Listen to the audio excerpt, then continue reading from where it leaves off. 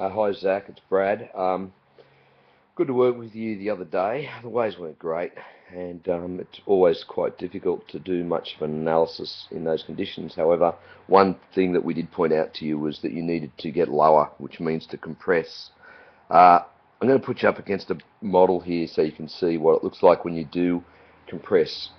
One of the sayings I often have is, unless you're low, you've got nowhere to go. And that means from the top and the bottom you should be in the low position, which allows you then to get taller and reach to get the top.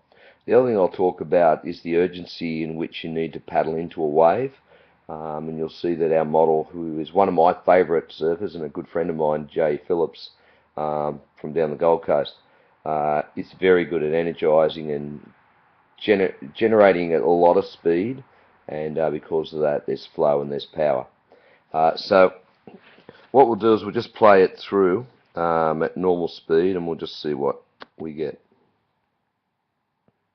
Obviously, you know, Jay's a very experienced surfer, but that's what we want to see. We want to see, you know, what a good surfer, mind you, this is played a little bit and recorded a little bit fast speed, but he is an excellent surfer, and we really want to emulate those sort of people to become the best we possibly can.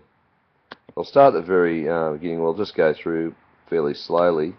If I have a look at here, it's the urgency in which Jay paddles. He started paddling quite earlier than that, and the quickness at which he jumps to his feet. So that, you know, paddling with urgency is so important and imperative to you improving your surfing. The next thing here, it's how he energizes and he changes his height. So if we go through and look at yourself, by the time you get up, which is quite slow, so that's holding you back a little bit, you are very tall. Let's just stop here and look.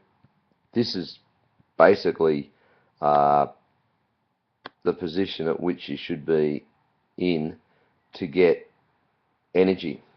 You're basically got a very slight curve to your body there.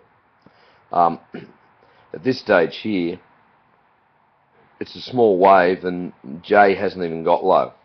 We'll see later on how he'll get low and see how low he actually goes in his body shape. So now he's up high, he's reaching up nice and tall. Okay, nice snap off the top. Watch when he comes out of his turns. Now look at this. He comes up, he drives forward. There you go, he fell off. In here, he comes right back, wraps around, hits the whitewater. Let's just hold it there for a sec. Let's see how low he actually gets. He's basically sitting on his backside. That's how low you need to get. Whereas consequently, if you don't, you see what happens. You lose all your speed, you fall off the wave. I mean, Jay continues to surf this for a very long time, but I think you've got the point. So if I look through here, and I'll just play it through at semi-slow motion, have a look at the different heights he gets. Uses his arms to push forward. Off the top, looks where he's going to hit the whitewater and rebounds. Comes back around. This is a small wave. This wave is 1 foot, 2 foot at the max. And he's still generating so much speed. And it's because of that different shift in height position all the time. Going to the bottom of the wave and getting low, coming to the top of the wave, and then once again getting low. So I hope that helped. I know it was only fairly a brief explanation, and you've only just started with us, but all those little things help. So if you can think about compressing, getting low, and using your height to generate speed, you're going to find it a lot easier. And I hope this has helped, and I'll see you in a couple of weeks.